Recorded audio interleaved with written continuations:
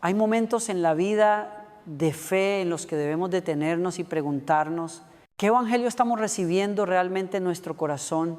Muchos cristianos hoy se encuentran frente a un mensaje atractivo y lleno de promesas de éxito, de salud perfecta, de riquezas sin medida. Es el llamado evangelio de la prosperidad. Suena bien al oído, parece motivador, pero al mismo tiempo se aparta del camino estrecho que Cristo nos enseñó. Jesús mismo advirtió, no podéis servir a Dios y al dinero MT6. Sin embargo, los predicadores de la prosperidad presentan la riqueza como una señal segura de bendición divina. Este mensaje no solo crea falsas expectativas, sino que hiere profundamente la esencia del evangelio. San Pablo, escribiendo a Timoteo, fue directo. Los que quieren enriquecerse caen en la tentación y en un lazo y en muchos deseos necios y perniciosos que hunden a los hombres en ruina y perdición, porque la raíz de todos los males es el amor al dinero. 1 Tim 6. Detrás de estas palabras hay una verdad universal. El deseo desmedido de acumular bienes puede ahogar la fe y convertir la esperanza cristiana en una búsqueda desesperada de cosas pasajeras. La historia de la iglesia nos ofrece muchos ejemplos contrarios a esta mentalidad. Pensemos en San Francisco de Asís, quien, siendo hijo de un rico comerciante, renunció a todo y abrazó la pobreza como camino hacia la verdadera libertad. Su vida sigue predicando hoy más fuerte que 1000 sermones de prosperidad. La psicología también confirma este peligro. Quien centra su identidad en lo material queda atrapado en un círculo interminable de comparación y frustración. El tener nunca será suficiente. Siempre habrá alguien con más. Por eso el evangelio auténtico nos invita al contentamiento, a aprender a vivir con lo necesario, con gratitud y reconocer que nuestra verdadera herencia no está aquí, sino en el cielo. Y Jesús usó imágenes muy claras. Es más fácil que un camello pase por el ojo de una aguja que un rico entre en el reino de Dios. MT 19 hace así. No porque ser rico sea automáticamente un pecado, sino porque la riqueza seduce, ata, adormece la conciencia. En lugar de preparar el corazón para la entrega y la cruz, la falsa doctrina de prosperidad alimenta el ego y las ansias de poder. Imaginemos a los primeros cristianos. Muchos de ellos eran pobres, perseguidos, excluidos. Su esperanza no estaba en recibir mansiones ni vestidos lujosos, sino en una ciudad celestial, la Jerusalén nueva que baja del cielo, preparada como una esposa adornada para su esposo. Ap 21. Allí está la verdadera recompensa. Allí toda lágrima será enjugada. Allí ya no habrá dolor ni muerte. Ese es el evangelio que sostiene al mártir, al enfermo, al que sufre en silencio, al que sigue a Cristo cargando su cruz. El problema del evangelio de la prosperidad es que adelanta lo que solo se cumplirá en la eternidad. Es una escatología mal entendida, promete todo ya, cuando la palabra nos recuerda que ahora es tiempo de lucha, de sacrificio, de misión. A través de muchas tribulaciones debemos entrar en el reino de Dios. Hac 14. Pretender eliminar la cruz es traicionar al mismo Cristo, que nos dijo: el que quiera seguirme, que se niegue a sí mismo, cargue con su cruz y me siga. LS9. Querido hermano, querida hermana, no te dejes seducir por un mensaje fácil. El verdadero discipulado no garantiza riquezas ni una vida sin problemas. Garantiza algo más grande: la presencia de Dios en medio de las tormentas, la paz que el mundo no puede dar y la esperanza cierta de la vida eterna. Esa es la roca sobre la cual podemos construir nuestra casa, que resistirá las lluvias y los vientos CF. Amniti 7. Quizás hoy estés enfrentando dificultades económicas, familiares o de salud. No te sientas menos amado por Dios por ello. Al contrario, en tu debilidad se manifiesta su poder CF. 2 Cor 12. La cruz que cargas puede ser pesada, pero también es el lugar donde Cristo camina contigo. La verdadera prosperidad no se mide en cuentas bancarias, sino en frutos de amor, paz, fidelidad, servicio, esperanza. Dios no quiere tu ruina, pero tampoco quiere que pongas tu confianza en ídolos disfrazados de éxito. Él quiere tu corazón libre, dispuesto a amar, a dar, a vivir en comunión. Al final, Cuando veamos su rostro, entenderemos que cada lágrima ofrecida, cada sacrificio escondido, cada sí en medio de la prueba, se transformará en gloria eterna. Ese es el Evangelio. Esa es la buena noticia que nunca pasará de moda, porque nace del corazón mismo de Cristo crucificado y resucitado. Cuando miramos con honestidad la vida cristiana, comprendemos que no se trata de un camino tapizado de flores y comodidades. Desde los primeros discípulos, seguir a Jesús siempre significó atravesar tormentas. El mismo Señor preparó a sus amigos diciendo: en el mundo tendréis tribulación, pero confiad, yo he vencido al mundo. JN 16. San César. Las tormentas de las que hablaba Jesús no eran metáforas vacías. Pensemos en aquella noche en el mar de Galilea, cuando los discípulos, experimentados pescadores, luchaban contra las olas y el viento CF, Mach 4, estaban aterrados, creyendo que iban a morir mientras Jesús dormía en la barca. Esa escena resume lo que significa la fe, descubrir que no estamos solos, que aunque Cristo parezca dormir, su presencia sostiene nuestra vida. El Evangelio de la prosperidad, sin embargo, tiende a negar estas tormentas o a maquillarlas con promesas de éxito inmediato. Presenta un cristianismo sin pruebas, como si seguir a Jesús fuera una póliza de seguro contra el dolor. Pero la experiencia real de millones de creyentes muestra lo contrario. Hay enfermedades que no desaparecen, familias que sufren pérdidas, corazones que enfrentan traiciones o desilusiones. Negar estas realidades es negar la cruz, es vaciar de sentido el misterio pascual. San Pablo lo expresó con crudeza: afligidos en todo, pero no aplastados, perplejos, pero no desesperados, perseguidos, pero no abandonados, derribados, pero no destruídos. 2:4. Padoyu. En estas palabras encontramos la paradoja cristiana. El dolor existe, pero no tiene la última palabra. Las heridas no desaparecen mágicamente, pero se convierten en lugares de gracia.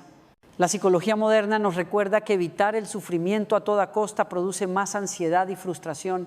Cuando se promete a la gente que si crees nunca tendrás problemas, el día que esos problemas llegan, y siempre llegan, la fe se tambalea. El corazón se confunde y muchos abandonan la iglesia pensando que Dios les falló. En realidad no fue Dios, sino un mensaje adulterado que nunca debió presentarse como evangelio.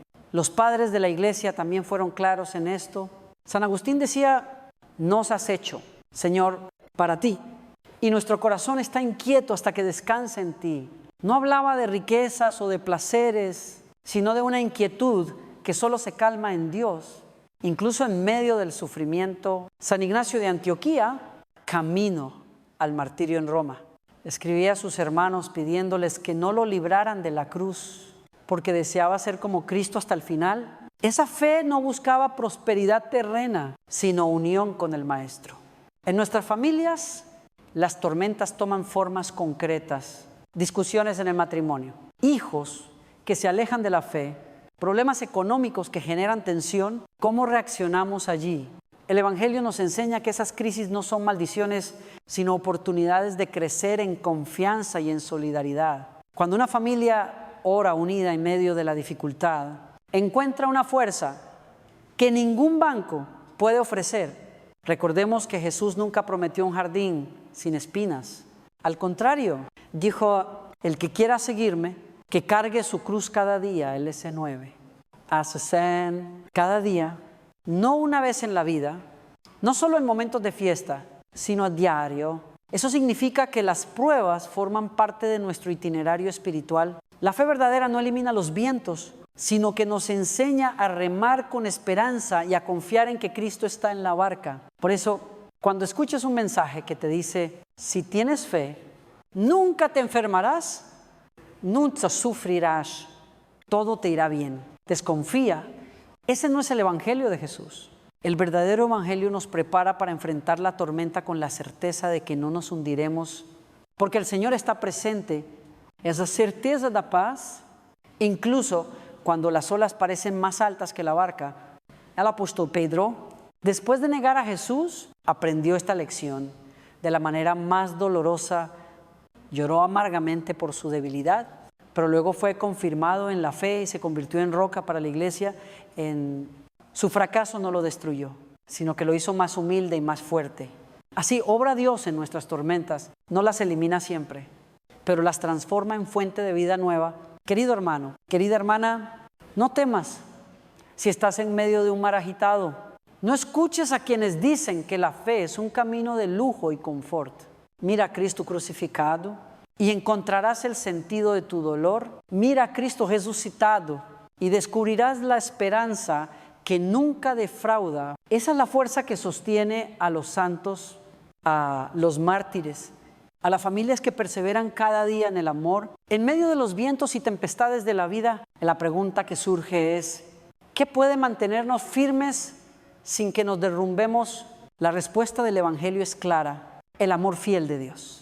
Su misericordia se convierte en un ancla segura que no permite que el corazón se hunda en la desesperación. San Pablo lo decía con palabras llenas de fuerza: estoy convencido de que ni la muerte, ni la vida, ni los ángeles, ni los principados, ni lo presente, ni lo futuro, ni los poderes, ni lo alto, ni lo profundo, ni ninguna otra criatura podrá separarnos del amor de Dios manifestado en Cristo Jesús. Nuestro Señor Romocho, Sans Bada Sans Gio. Este amor no depende de nuestra cuenta bancaria, ni de la salud perfecta, ni de un camino sin dificultades. Es un amor incondicional que permanece incluso cuando todo lo demás se derrumba. El llamado Evangelio de la Prosperidad envenena esta verdad porque desplaza la confianza del amor de Dios hacia la ilusión de la abundancia material. De este modo, muchos llegan a pensar que si no prosperan económicamente es porque no tienen fe suficiente. ¿Qué injusticia más grande? La fe no se mide por coches nuevos ni casas lujosas, sino por un corazón capaz de perseverar y amar en medio de la prueba. La historia de los santos es una luz frente a esta confusión. Pensemos en Santa Mónica, madre de San Agustín. Su vida estuvo marcada por lágrimas, preocupaciones, años de oración perseverante por su hijo rebelde. No tenía riquezas ni lujos, pero su fe y su amor materno, alimentados por la gracia de Dios, terminaron alcanzando la conversión de Agustín, quien luego sería uno de los grandes doctores de la Iglesia. Esa es la verdadera prosperidad, una herencia espiritual que transforma generaciones. Otro ejemplo es San Juan Bosco. Vivió en medio de la pobreza, cuidando a huérfanos y jóvenes abandonados.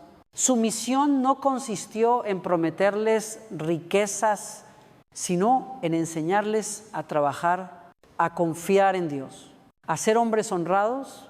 La prosperidad que ofrecía no era dinero fácil, sino esperanza, educación y un camino hacia la santidad. La psicología contemporánea subraya algo parecido: los vínculos sólidos, el sentido de vida y la fe interior son mucho más protectores de la salud mental que el dinero. El dinero puede resolver problemas inmediatos, sí, pero nunca calma la sed más profunda del corazón humano. Por eso, cuando un predicador ofrece riqueza garantizada como camino a la felicidad, lo único que hace es prolongar la insatisfacción y multiplicar la frustración. Jesús nos ofrece otro horizonte: buscad primero el reino de Dios y su justicia, y todo lo demás se os dará por añadidura. MT6, San Cézanne. La prioridad no es la cuenta bancaria, sino el reino. La añadidura puede llegar en forma de salud, de un trabajo digno, de una familia unida, pero nunca será el centro. El centro es Dios mismo. En la vida cotidiana, este amor de Dios se traduce en gestos concretos. El esposo que perdona a su esposa después de una traición, la madre que sigue cuidando a un hijo enfermo con paciencia infinita, el joven que dice no a la corrupción en su trabajo, aunque eso le cueste ascensos. Allí está la verdadera riqueza, en un corazón que refleja la fidelidad de Dios.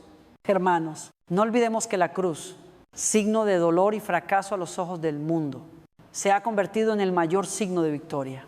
¿Qué riqueza puede compararse con la certeza de que el amor de Cristo es más fuerte que la muerte? Por eso, cuando la tentación de medir la fe por el éxito material nos golpee, recordemos que somos hijos amados. Aunque nuestras ropas no sean lujosas ni nuestras casas grandes, recordemos que nuestro Padre es fiel y su promesa no falla. Al final, cuando lleguemos a su presencia, descubriremos que ese amor fue la verdadera riqueza que nos sostuvo en cada paso. Cuando hablamos de la fe, no podemos limitarla a una experiencia individual. La fe florece y se fortalece en comunidad. Desde los primeros tiempos, la iglesia ha entendido que el discípulo no camina solo. En los Hechos de los Apóstoles vemos cómo los cristianos perseveraban en la enseñanza de los apóstoles, en la comunión, en la fracción del pan y en las oraciones HY 2. Esa vida compartida fue el secreto de su fortaleza en medio de persecuciones y dificultades. El evangelio de la prosperidad, sin embargo, tiende a concentrar la atención en el yo, mi milagro, mi riqueza, mi bendición. Es una visión individualista que reduce la fe a un contrato privado con Dios. Pero el verdadero evangelio nos abre los ojos a nosotros. La fe cristiana no es un negocio entre Dios y yo, sino una alianza de amor que nos convierte en familia, en cuerpo de Cristo. Cuando oramos en comunidad, algo poderoso ocurre. Recordemos aquel episodio en el que Pedro estaba en prisión, custodiado por soldados CF. Hatch 12 y Dausati. La comunidad se reunió para orar sin cesar y Dios envió a un ángel para liberarlo. Esa liberación fue fruto de la oración conjunta, no de un esfuerzo aislado. Así también hoy, ¿cuántas veces una familia unida en oración logra superar crisis que parecían insuperables? La psicología social ha demostrado que el apoyo comunitario es un factor decisivo para resistir el estrés y la adversidad. Una persona sola puede sentirse abrumada, pero cuando tiene una red de apoyo, la carga se vuelve más llevadera. No es casualidad que Dios nos haya diseñado para vivir en comunión. Los padres de la iglesia subrayaban que nadie se salva solo. San Cipriano decía, no puede tener a Dios por padre quien no tiene a la iglesia por madre. Esto significa que nuestra fe crece en la medida en que nos dejamos acompañar, corregir, sostener y animar por nuestros hermanos. La vida de los santos confirma esta verdad. Pensemos en San Benito y la tradición monástica. Él comprendió que para sostener la fe en medio de un mundo convulso, era necesario crear comunidades donde se rezara, se trabajara y se viviera en fraternidad.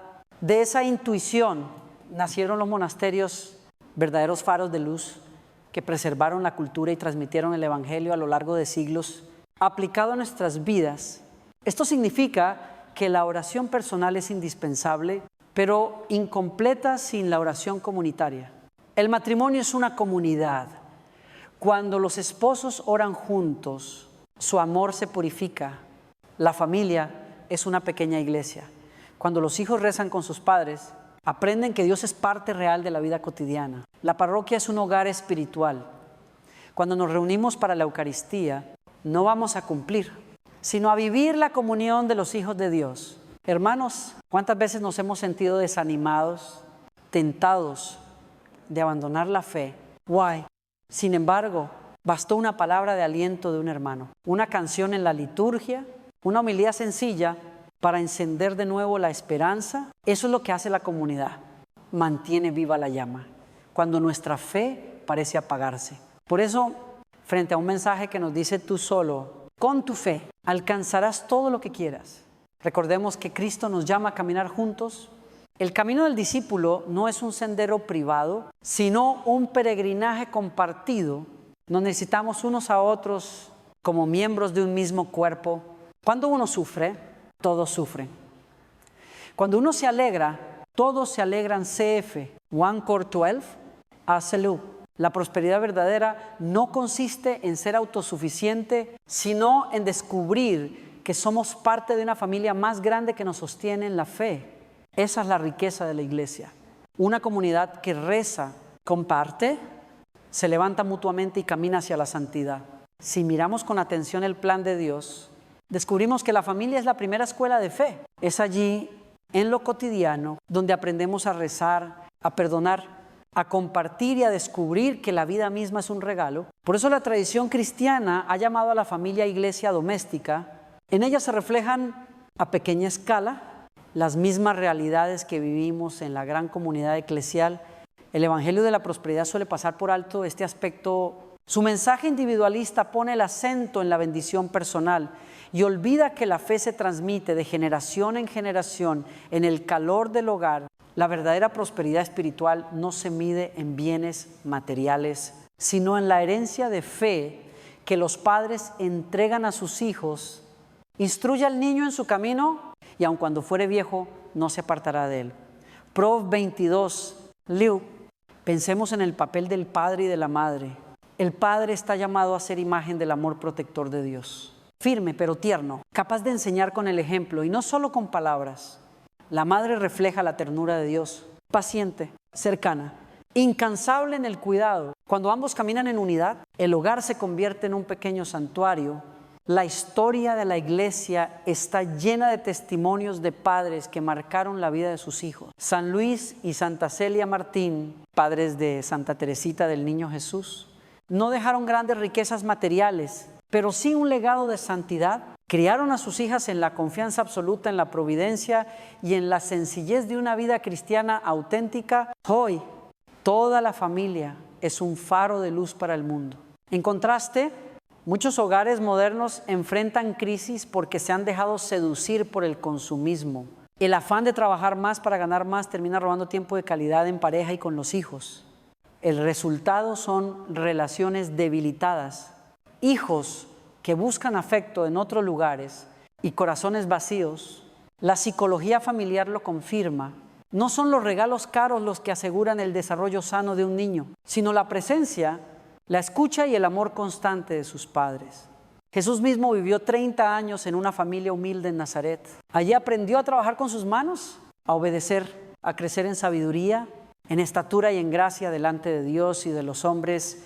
LC2, Usrar. ¿Qué contraste con los discursos que presentan el lujo como señal de éxito? La familia de Nazaret nos enseña que la sencillez, la oración y el trabajo honesto son los pilares de la prosperidad verdadera. Queridos hermanos, la familia es también el primer lugar donde se aprende a perdonar. Un hogar perfecto no existe, pero un hogar donde reina el perdón se convierte en un espacio de sanación si los padres saben pedir perdón a sus hijos y los hijos aprenden a perdonarse entre sí. Se rompe el círculo del orgullo y del resentimiento. Allí florece el amor y con él la presencia de Dios. Hoy más que nunca necesitamos redescubrir la misión de la familia. No basta con proveer alimento y techo. Es necesario nutrir el corazón con valores, con fe, con esperanza. Un padre que reza con sus hijos antes de dormir. Una madre que bendice a su hijo antes de salir de casa. Un matrimonio que ofrece sus dificultades a Dios. Todo esto vale infinitamente más que cualquier prosperidad material. Hermanos, no permitamos que la mentira de la prosperidad vacíe el tesoro más grande que tenemos, la familia unida en el amor de Cristo. Allí comienza la evangelización, allí se forjan los santos, allí se prepara el futuro de la iglesia. Si cuidamos nuestras familias como pequeñas iglesias domésticas, habremos encontrado la verdadera riqueza que permanece para siempre.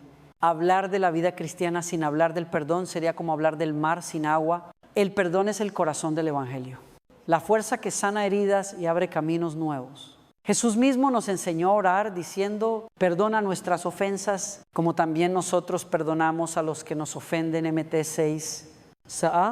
El evangelio de la prosperidad, centrado en éxito y abundancia, suele dejar en segundo plano esta dimensión tan esencial, porque el perdón no da prestigio ni dinero, pero sí transforma profundamente el corazón.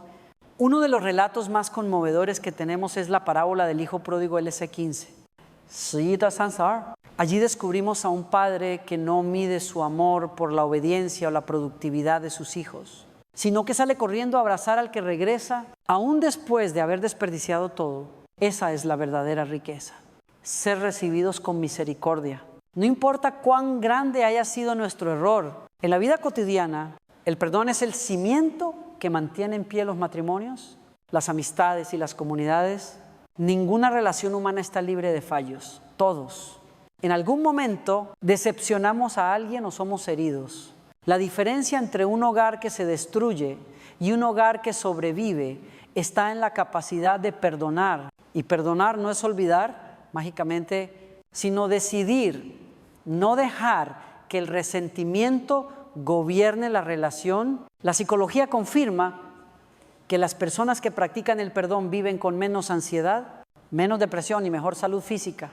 El rencor En cambio, actúa como un veneno lento que envenena tanto al que lo guarda como al entorno. Perdonar no siempre cambia al otro, pero siempre nos libera a nosotros. La vida de los santos también es testimonio de esto. Pensemos en San Juan Pablo II, que visitó en la cárcel al hombre que intentó asesinarlo y lo abrazó en señal de perdón. Ese gesto dio la vuelta al mundo y mostró que el Evangelio no es teoría, sino vida concreta. O Santa María Goretti, que en su lecho de muerte perdonó a su agresor y pidió a Dios que lo encontrara en el cielo. Décadas después, aquel hombre asistió a su canonización, convertido de corazón. ¿Qué riqueza puede compararse con la paz interior de quien ha perdonado? Ninguna fortuna puede comprar la serenidad de un corazón libre de odio. El perdón es el verdadero milagro que el Espíritu Santo realiza en quienes confían en Cristo, en nuestras familias. Este desafío es constante. Un esposo que reconoce su error y pide perdón. Una esposa que renuncia al rencor. Unos hijos que se reconcilian después de pelear. Esos momentos, aunque parezcan pequeños, son semillas de eternidad. Cada gesto de perdón hace presente el reino de Dios en medio de nosotros. Jesús dejó claro que no se trata de perdonar una vez, ni 7 veces, sino 70 veces 7 metí 18. Es decir, siempre. No porque sea fácil, sino porque Dios mismo nos perdona siempre.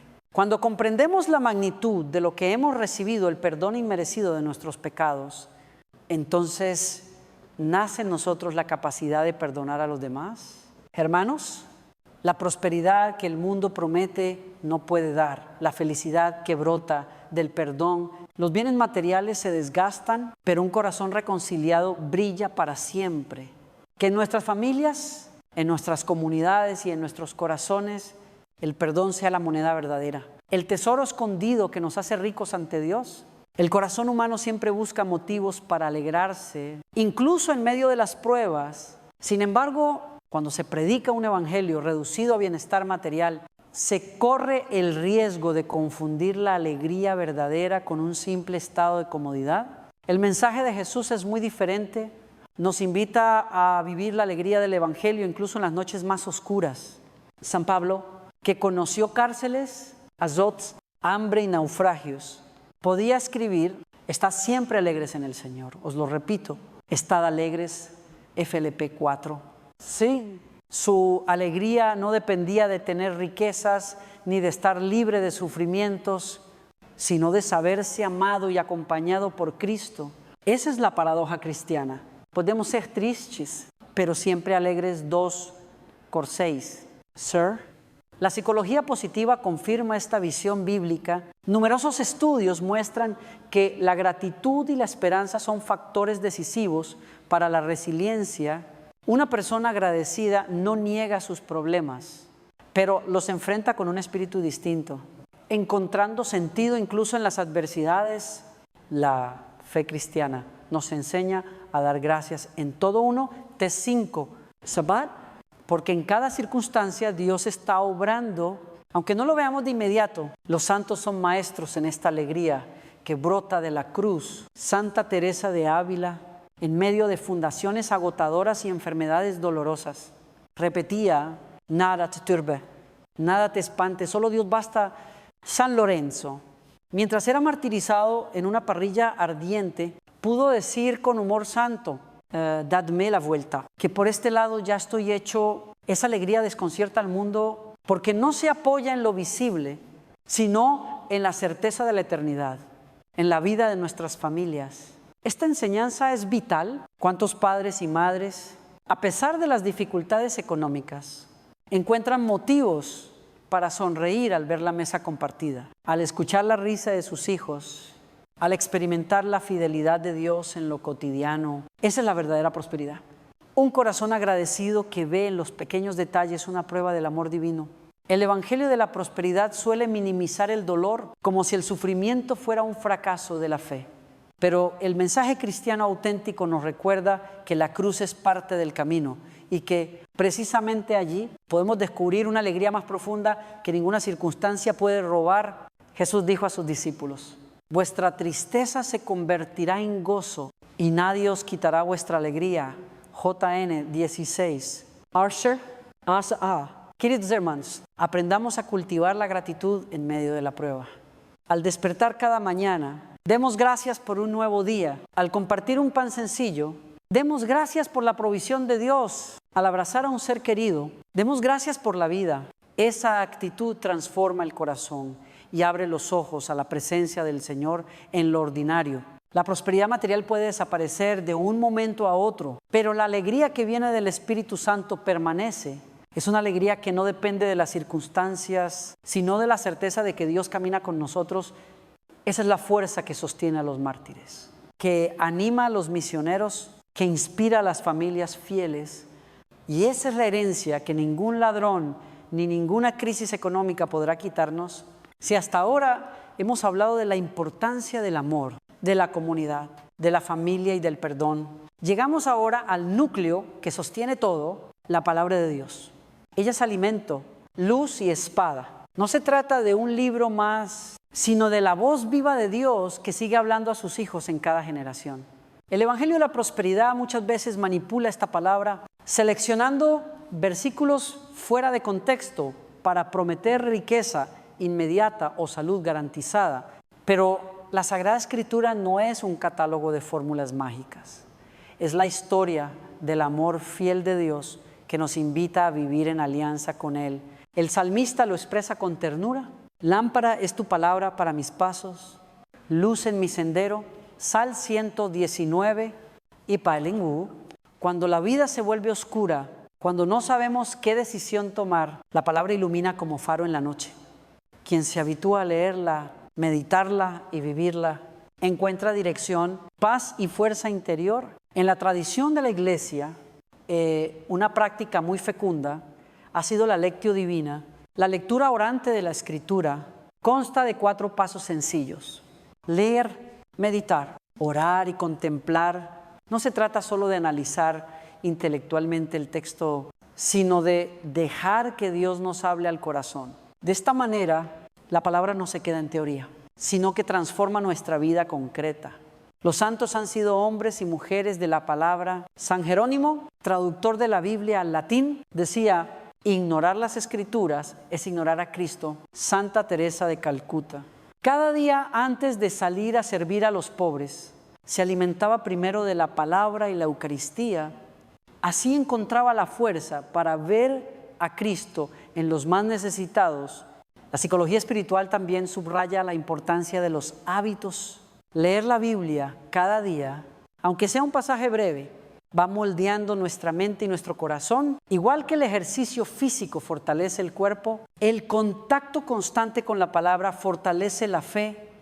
Incluso la ciencia reconoce que la meditación basada en textos sagrados reduce la ansiedad y aumenta la esperanza en nuestras familias. La palabra puede ser el centro de la vida cotidiana. Qué hermoso es cuando los padres leen un salmo con sus hijos antes de dormir, o cuando en la mesa se proclama el Evangelio del día. Esos pequeños gestos siembran semillas que darán fruto en la vida adulta. Jesús mismo enfrentó la tentación en el desierto con la palabra de Dios. CF.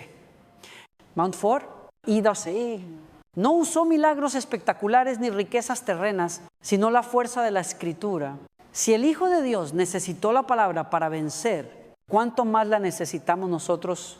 Queridos hermanos, no dejemos que la Biblia sea un libro cerrado en nuestras casas. Abrámosla, escuchemos a Dios. Dejemos que su voz nos guíe. La prosperidad material puede prometer muchas cosas, pero solo la palabra de Dios garantiza la vida eterna. Quien guarda esta palabra en el corazón encontrará la verdadera riqueza que no se corrompe ni se pierde. Vivimos en un tiempo lleno de promesas de felicidad instantánea. Las redes sociales nos bombardean con imágenes de éxito, viajes, cuerpos perfectos y lujos que parecen al alcance de todos. Esta cultura de la inmediatez y del consumo crea nuevas formas de tentación que muchas veces se disfrazan de prosperidad. El peligro es que incluso los cristianos podemos caer en la trampa de medir nuestra valía por lo que tenemos y no por lo que somos ante Dios. El Evangelio de la Prosperidad se aprovecha precisamente de esta mentalidad, porque ofrece respuestas fáciles. Cree y recibirás todo lo que deseas. Pero Jesús nunca prometió darnos todo lo que quisiéramos. Prometió darnos lo que necesitamos para la vida eterna. Recordemos sus palabras: ¿De qué le sirve al hombre ganar el mundo entero si pierde su vida? Mac 8. Saint-Selou. Entre las tentaciones modernas, la primera es el materialismo. Vivir comparándonos con los demás, queriendo siempre lo último, lo más caro, lo más llamativo. Sin darnos cuenta, nos convertimos en esclavos del consumo. La psicología advierte que este ciclo de comparación constante genera ansiedad, baja autoestima y un vacío difícil de llenar. La segunda tentación es el individualismo. La cultura digital nos invita a centrarnos en la marca personal, en proyectar una imagen exitosa, aunque por dentro estemos rotos. El Evangelio, en cambio, nos recuerda que no somos islas. Vosotros sois el cuerpo de Cristo. Y cada uno en particular un miembro de él, 1 Cor 12, RCT. La verdadera identidad se encuentra en la comunión, no en el aislamiento. La tercera tentación es la evasión del dolor. Hoy se vende la idea de que toda incomodidad debe evitarse, que la vida debe ser solo placer y entretenimiento, pero Jesús nos enseña a abrazar la cruz, a descubrir en el sufrimiento un camino de amor y de maduración. Los santos lo comprendieron. San Maximiliano Kolbe entregó su vida en Auschwitz para salvar a otro prisionero y en ese acto encontró la plenitud de su vocación. La historia de la Iglesia muestra que siempre que el cristianismo se ha mezclado demasiado con el poder y el lujo, ha perdido su fuerza profética. Al contrario, cuando los cristianos han vivido la sencillez, la solidaridad y la fidelidad en medio de las pruebas, el Evangelio ha brillado con más intensidad en nuestras familias. Estas tentaciones modernas se manifiestan en lo cotidiano. El hijo que se siente frustrado porque no tiene el mismo teléfono que sus compañeros, los padres que se endeudan para aparentar un estilo de vida, las parejas que miden el amor por lo que reciben materialmente y no por la entrega mutua. Allí es donde la fe nos llama a poner límites y a recordar lo esencial. Jesús nos invita a ser sal de la tierra y luz del mundo, MT5, 60 o 60. Eso significa que no podemos vivir como si fuéramos del mundo. Aunque estemos en él, no podemos dejar que las modas y las tentaciones de la cultura actual dicten nuestra identidad. Nuestra vida debe reflejar el Evangelio, no los algoritmos de las redes sociales. Queridos hermanos, la prosperidad que promete este mundo es frágil, efímera y muchas veces engañosa. La prosperidad que nos ofrece Cristo es sólida, eterna y llena de sentido. No consiste en escapar de las tentaciones, sino en enfrentarlas con la fuerza del Espíritu Santo, con la palabra en el corazón y con la mirada puesta en el cielo. La fe cristiana nunca se ha reducido a un sentimiento interior. Creer en Cristo significa también actuar, poner el amor en movimiento. El apóstol Santiago fue muy claro: la fe, si no tiene obras, está muerta. San 2. Sati. Aquí encontramos una diferencia fundamental con el Evangelio de la prosperidad. Mientras este predica recibir bendiciones, el Evangelio verdadero nos invita a ser bendición para los demás. El Señor mismo nos dio ejemplo. Jesús no acumuló riquezas ni buscó privilegios. Al contrario, pasó haciendo el bien y sanando a todos los oprimidos por el diablo H10. Zanzibar. Su vida fue servicio hasta entregar la propia vida. Por eso dijo a sus discípulos: el que quiera ser grande entre vosotros, que sea vuestro servidor. MT20. Asliu. Un testimonio luminoso de esta fe en acción es Santa Teresa de Calcuta. En las calles de la India encontró a Cristo en los más pobres de entre los pobres. Su prosperidad no fue material, sino espiritual. Una alegría inmensa al servir a quienes nadie quería tocar. Ella decía: no todos podemos hacer grandes cosas, pero sí cosas pequeñas con gran amor. Su vida refuta el mensaje de prosperidad egoísta y muestra que la verdadera bendición es darse a los demás. La psicología del altruismo confirma lo que el Evangelio enseña. Las personas que sirven, que practican la solidaridad, experimentan mayor bienestar emocional y sentido de vida. El amor recibido al ayudar a otros tiene un impacto más profundo y duradero que cualquier ganancia económica en nuestras familias. Esto se traduce en gestos sencillos. Un hijo que ayuda a su madre sin que se lo pida, un esposo que escucha con paciencia después de un día difícil, unos padres que enseñan a compartir lo poco que tienen con quien tiene menos. Esas pequeñas obras son semillas de reino que transforman la vida cotidiana. La Iglesia, a lo largo de su historia, ha sido un testimonio constante de fe en acción hospitales fundados por religiosos, escuelas para los más pobres, misiones en tierras lejanas. Todo esto nació de corazones que entendieron que la fe no puede quedarse encerrada en un templo, sino que debe encarnarse en gestos concretos de caridad. El Evangelio de la Prosperidad, al centrar la atención en recibir, muchas veces paraliza este dinamismo. El cristiano que vive esperando su milagro puede olvidar que Dios lo llama a ser instrumento de milagros en la vida de otros. La fe auténtica no busca solo lo que Dios me puede dar, sino lo que yo puedo dar en nombre de Dios. Queridos hermanos, cada vez que visitamos a un enfermo, que consolamos a un triste, que damos de comer a un hambriento, estamos sirviendo al mismo Cristo CF, Mount 25, Allí está la verdadera riqueza. En descubrir a Jesús en el rostro del prójimo, el mundo necesita ver cristianos que no solo hablen de fe, sino que vivan la fe en acciones concretas. Esa es la manera más efectiva de predicar un testimonio de amor que hable más fuerte que cualquier discurso. Y esa es la prosperidad que permanece, la de un corazón entregado que transforma el mundo con pequeñas semillas de bien. Cuando la vida golpea con fuerza una enfermedad inesperada, la pérdida de un ser querido, un fracaso que parecía definitivo, surge una pregunta inevitable. ¿Qué me sostiene ahora? El Evangelio de la Prosperidad responde con promesas de éxito inmediato o sanación garantizada, pero la experiencia nos muestra que esas palabras vacías no alcanzan para sostener un corazón roto. Lo que realmente necesitamos en esos momentos es esperanza. San Pablo lo decía con convicción.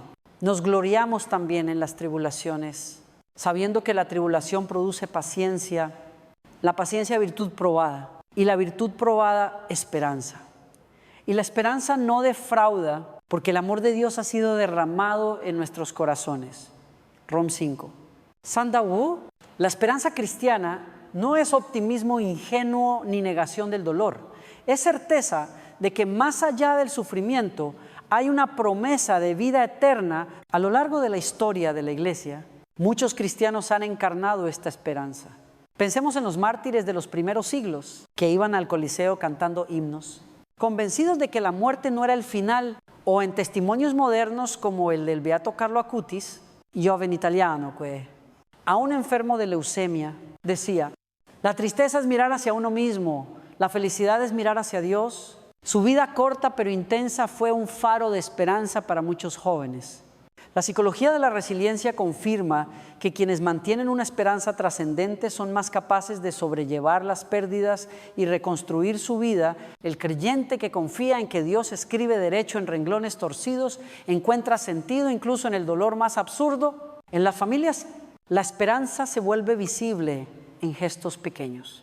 Los padres que, aún en medio de la pobreza, transmiten confianza a sus hijos. La madre que acompaña con fe a un hijo enfermo. Los abuelos que siguen rezando por sus nietos alejados de la fe.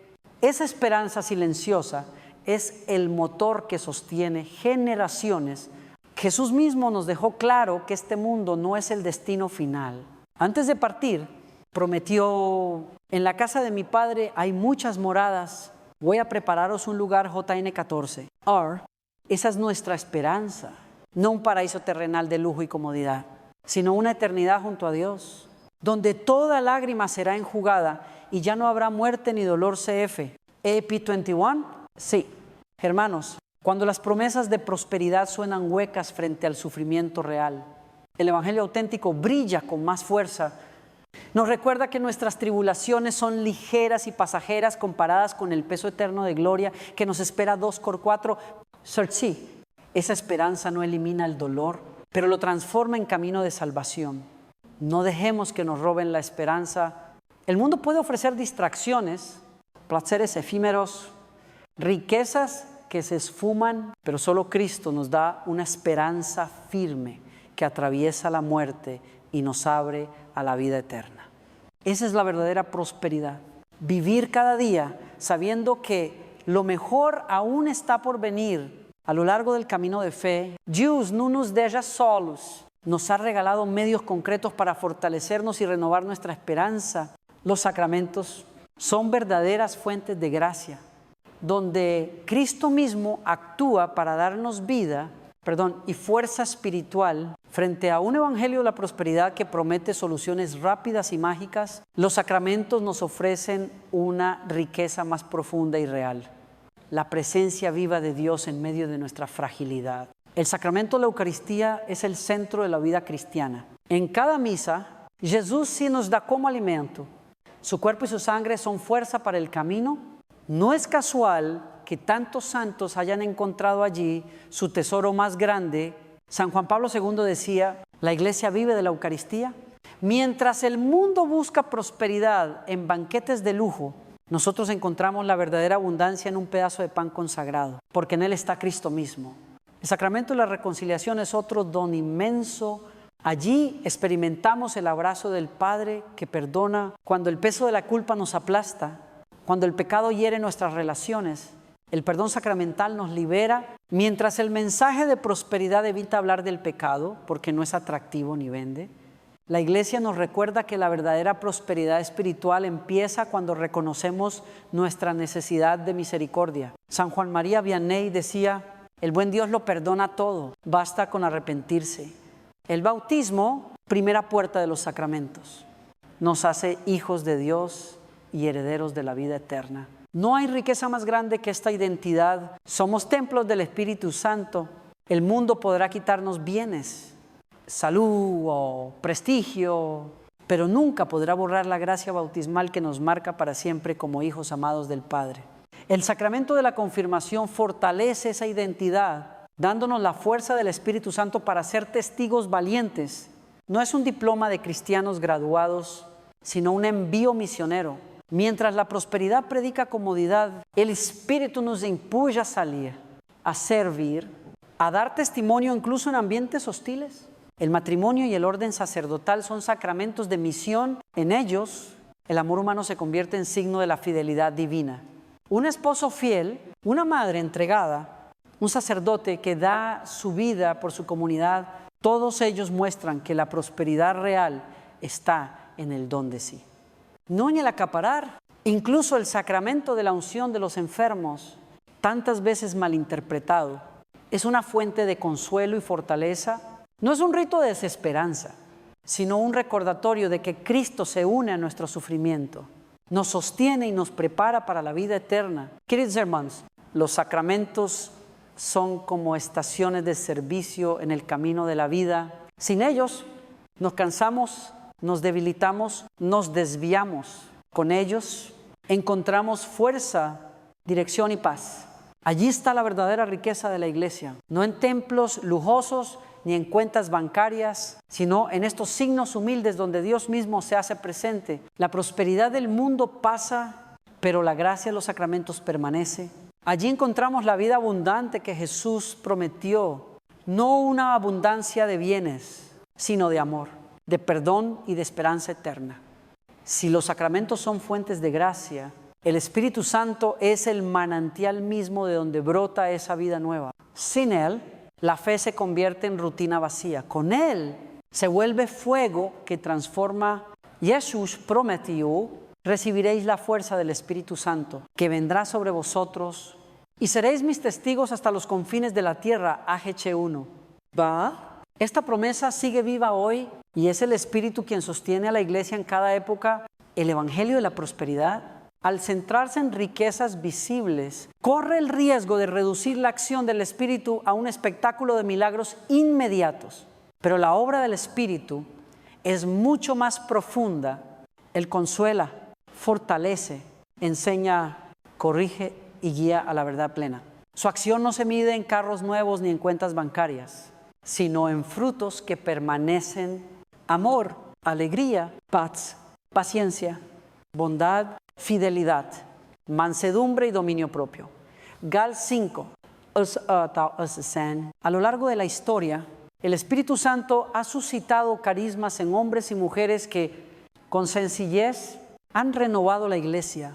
Pensemos en San Francisco de Asís, llamado a vivir la pobreza evangélica en un tiempo en que la iglesia se inclinaba demasiado hacia el poder, o en Santa Catalina de Siena, movida por el Espíritu, a hablar con valentía a los papas y príncipes de su tiempo, Ninguno de ellos buscó prosperidad material. Lo que los sostuvo fue la llama del Espíritu. En sus corazones, hoy, el Espíritu sigue soplando en grupos de oración, comunidades de alabanza, parroquias que redescubren la fuerza de la adoración y la intercesión. ¿Cuántos testimonios de jóvenes transformados por un retiro? De matrimonios restaurados después de abrirse a la acción del Espíritu. De personas que han descubierto su vocación al escuchar su voz interior. Estos frutos no se compran ni se venden, son regalos de lo alto. La psicología espiritual reconoce que las experiencias de apertura al Espíritu, ya sea a través de la oración profunda, la música de alabanza o la comunidad fraterna, generan cambios reales en la mente y el corazón, reducen la ansiedad, fortalecen la resiliencia y despiertan una motivación que ninguna técnica humana logra. En nuestras familias, invocar al Espíritu Santo es clave. Una simple oración al comenzar el día: ven, Espíritu Santo, guía nuestros pasos. Puede cambiar el ambiente del hogar. Cuando los esposos invocan al Espíritu en sus decisiones, encuentran unidad. Cuando los hijos aprenden a reconocer su voz, descubren dirección en medio de tantas ofertas engañosas. Hermanos, no tengamos miedo de abrirnos al Espíritu. Él no es un lujo para algunos, sino un don para todos los bautizados. Él es quien da vida a nuestra oración, quien nos impulsa a la misión, quien nos sostiene en la prueba. No busquemos prosperidad terrena, busquemos la plenitud del Espíritu, porque en Él está la verdadera riqueza. Pidamos cada día que renueve nuestros corazones, que nos regale sus dones y que nos conduzca hacia una vida santa. Así podremos ser testigos auténticos en un mundo que tiene hambre de esperanza. Cuando el Espíritu Santo enciende nuestro corazón, comprendemos que la fe no es solo un refugio personal, sino también una misión. Cada bautizado ha recibido una vocación única: ser testigo del amor de Dios en el mundo. Jesús nos dijo: vosotros sois la sal de la tierra, vosotros sois la luz del mundo. MT 5. Estas palabras no son un elogio poético, sino un envío concreto. Dar sabor y luz a una sociedad que muchas veces vive sin rumbo. El evangelio de la prosperidad suele reducir la fe a un beneficio individual. Dios me bendice a mí. Pero el evangelio auténtico nos impulsa a salir de nosotros mismos para servir. La prosperidad verdadera no se mide por lo que acumulamos, sino por el fruto que damos. Jesús fue claro: en esto se glorifica mi Padre, en que deis mucho fruto y seáis mis discípulos. JN 15. La historia de la iglesia está llena de hombres y mujeres que entendieron esta misión y transformaron el mundo. San Francisco Javier recorrió continentes para anunciar el evangelio. Santa Teresa de Calcuta encarnó el amor de Dios entre los pobres. Los misioneros anónimos que hoy siguen dando la vida en países donde la fe es perseguida muestran que la verdadera riqueza es gastar la vida por los demás. También en lo cotidiano vivimos esta misión. Un padre que enseña a su hijo a rezar, una madre que transmite la fe con ternura, un joven que defiende la justicia en su lugar de trabajo, un médico que atiende a sus pacientes con compasión. Todos son testigos, todos cumplen una misión. No se necesita ir lejos para ser misionero. Basta con vivir la fe en coherencia donde Dios nos ha puesto. La psicología de la motivación nos recuerda que quienes tienen un sentido de propósito viven con mayor resiliencia y satisfacción. El cristiano tiene el mayor propósito posible: colaborar con Dios en la construcción de su reino. Esta misión da sentido incluso a los momentos de sufrimiento, porque sabemos que nada de lo que ofrecemos en amor se pierde. La iglesia nos enseña que cada vocación, matrimonio, vida consagrada, sacerdocio, laicado comprometido, es un don para el mundo.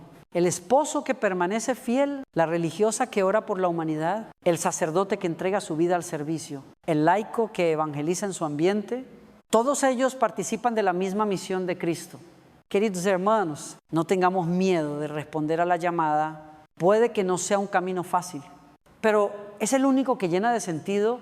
No estamos hechos para acumular, sino para dar. No estamos hechos para la comodidad, sino para el amor.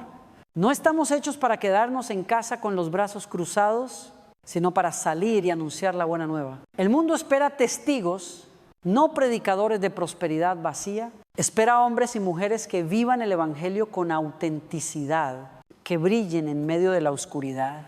Nuestra vocación es ser esa luz.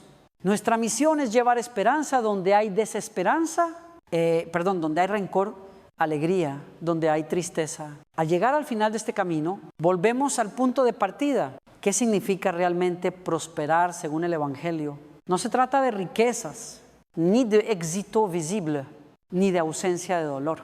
La verdadera prosperidad es vivir en comunión con Cristo, permanecer en su amor y caminar hacia la eternidad con esperanza firme. Jesús nos invitó a un discipulado exigente pero liberador. El que quiera seguirme, que se niegue a sí mismo, tome su cruz cada día y me siga, Alice 9. Estas palabras no son una carga, sino una promesa de plenitud. La cruz no es el final, sino el puente hacia la resurrección. El mundo puede prometer placeres inmediatos, pero solo Cristo ofrece vida eterna. El Evangelio de la prosperidad engaña porque adelanta lo que solo se cumplirá en el cielo. Habla de riquezas aquí y ahora, mientras que la Escritura nos recuerda que nuestra ciudadanía está en los cielos. FLP 3, Archer, allí se encuentra la herencia incorruptible. La gloria que no pasa, todo lo demás es pasajero. La historia de la iglesia confirma esta verdad. Los mártires no murieron por promesas de éxito material, sino por la esperanza de una vida junto a Dios. Los santos no buscaron acumular, sino vaciarse de sí mismos para llenarse de Cristo.